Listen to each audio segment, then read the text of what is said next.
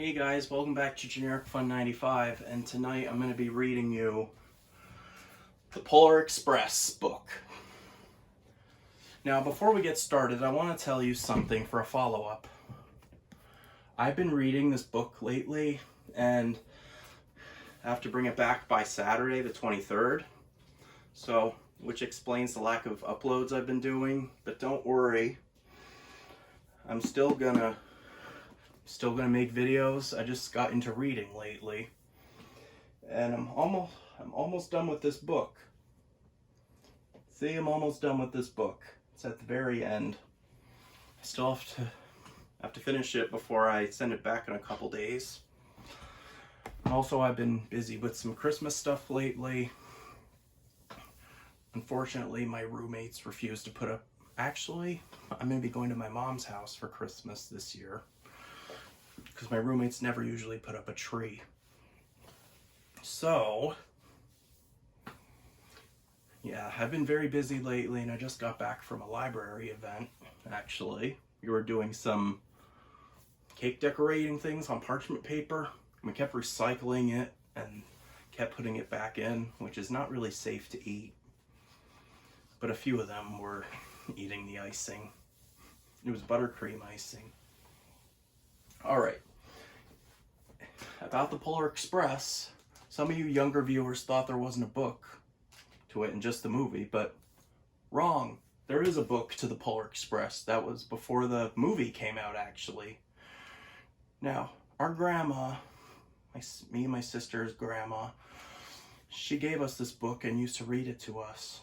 Unfortunately, she passed away from cancer, and she wasn't able to see the movie. So this is very special to us, and I take care of it all the time. I brought it with me when I moved out so I could read it every year at Christmas. Well, actually, no, I'm borrowing it from my mom right now. So we're gonna get started. I call this channel Generic Fun for a reason, because I do anything on this channel. The Polar Express.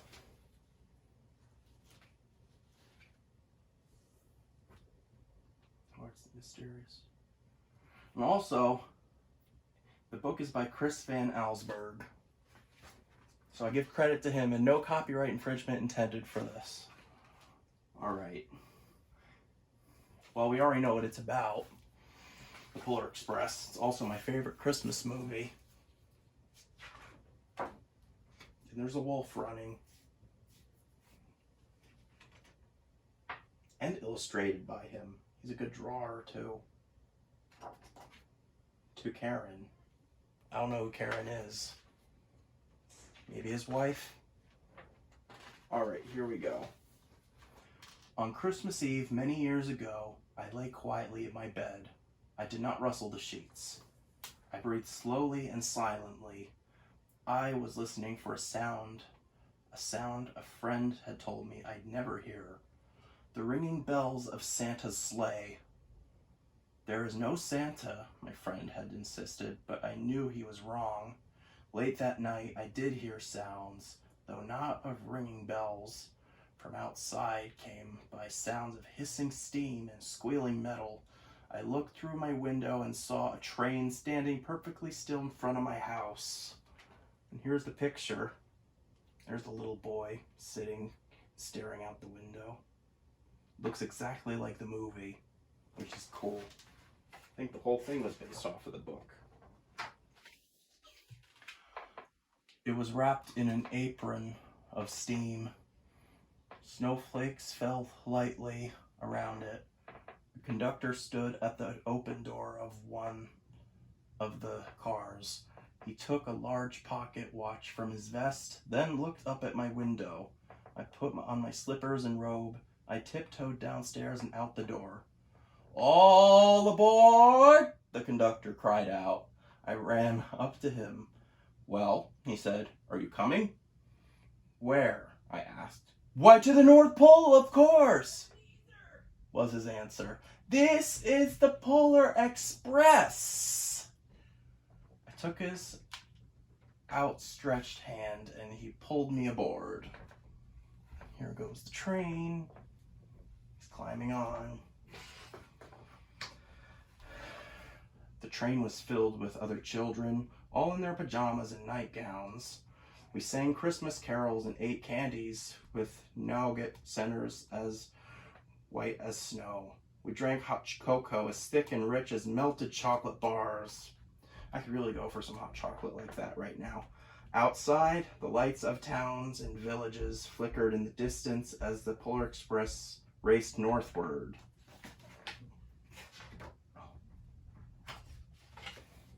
And there are the wolves, which is made exactly like in the movie.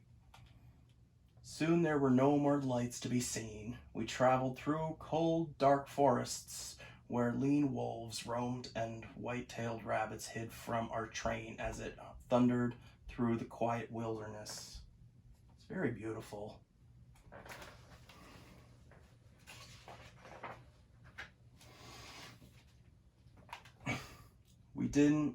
We climbed mountains so high it seemed as if we would scrape the moon. Are you going to be putting your clothes in the dryer tonight? Yes. All right, I'm going to put my basket by the door then. My stuff is in the dryer. Sorry, that was my roommate.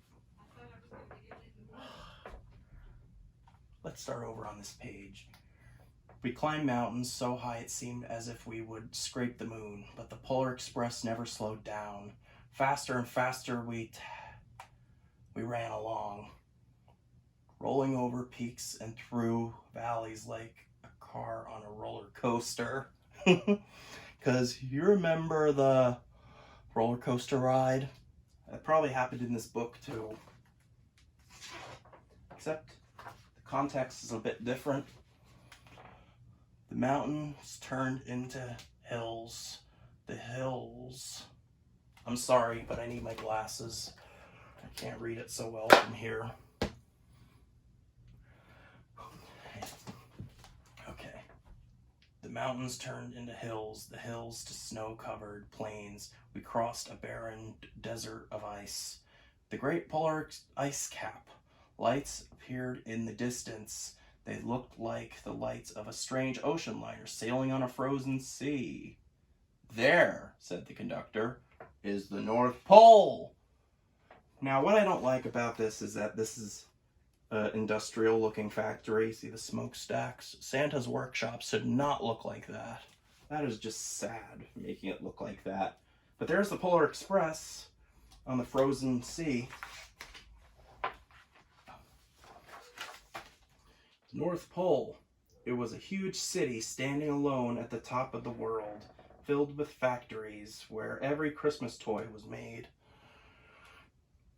At first we saw no elves. They are gathering at the center of the city, the conductor told us. That is where Santa will give the first gift of Christmas. Who receives the first gift? We all asked. The conductor answered, he will choose one of you. Now again, no copyright infringement intended. I'm just sounding out Tom Hanks's voice. And I give credit to him too. So no copyright infringement intended. This is a book. Look, shouted one of the children. The elves! Outside we saw hundreds of elves. As our train drew closer to the center of the North Pole, we slowed to a crawl. So crowded there were the streets with Santa's helpers. When the Polar Express could go no further, we stopped and the conductor led us outside.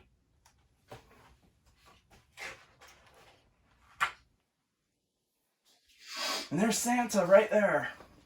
Whoops. Don't worry, I could fix it. Book fell apart a bit. But there's Santa. We pressed through the crowd to the edge of a large open circle. In front of us stood Santa's sleigh. The reindeer were excited. They pranced and paced, ringing the silver sleigh bells that hung from their harnesses. It was a magical sound, like nothing I'd ever heard.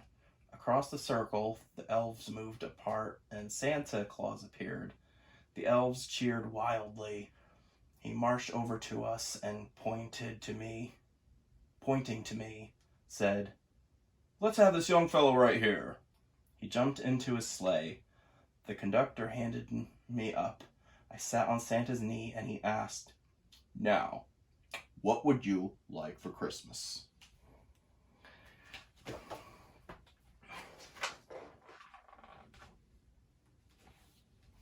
Yeah, they made it almost exactly the same as in the movie, which is really cool. I knew that I could have any gift I could imagine, but the thing I wanted most for Christmas was not inside Santa's giant bag. What I wanted more than anything was one silver bell from Santa's sleigh. When I asked, Santa smiled. Then he gave me a hug and told an elf to cut a bell from a reindeer's harness. The elf tossed it up to Santa. He stood holding the bell high above him and called out, "The first gift of Christmas!"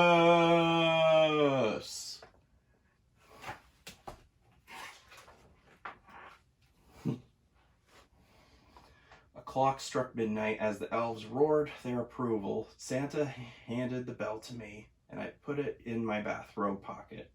The conductor helped me down from the sleigh. Santa shouted out the reindeers' names and cracked his whip. That's animal cruelty. His team charged forward and climbed into the air. Santa circled once above us, then disappeared in the cold, dark polar sky.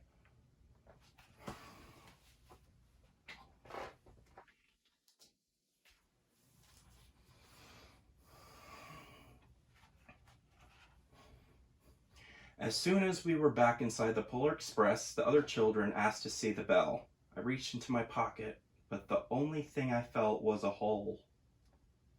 I had lost the silver bell from Santa Claus's sleigh. "Let's hurry outside and look for it," one of the children said, but the train gave a sudden lurch and started moving. We were on our way home. It was too late. The poor boy.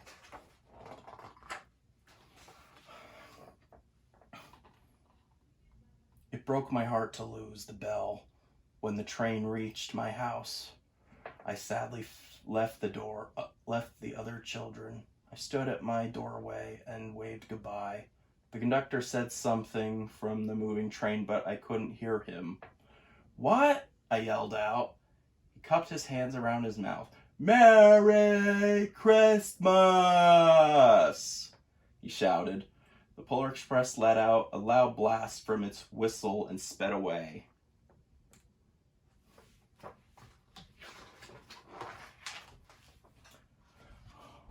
On Christmas morning, my little sister Sarah and I opened our presents. When it looked as if everything had been unwrapped. Sarah found that last small box behind the tree. It had my name on it. Inside was the silver bell. There was a note. "Found this on the seat of my sleigh. Better fix that hole in your pocket. Signed, Mr. C." I shook the bell. It made the most beautiful sound my sister and I had ever heard. But my mother said, "Oh, that's too bad." "Yes," said my father. "It's broken." When I'd shaken the bell, my parents had not heard a sound. And here's the ending. At one time, most of my friends could hear the bell, but as years passed, it fell silent for all of them. Even Sarah found one Christmas that she could no longer hear that sweet sound. Though I've grown old, the bell still rings for me, as it does for all who truly believe. And there's the bell. In the end. And that was the Polar Express. I hope you enjoyed this video. And I hope you enjoyed this book. I think I'm going to be reading more books soon, but not as long as the one I'm reading now. But anyway, thank you for watching. Merry Christmas. I'll see you next time. Goodbye now.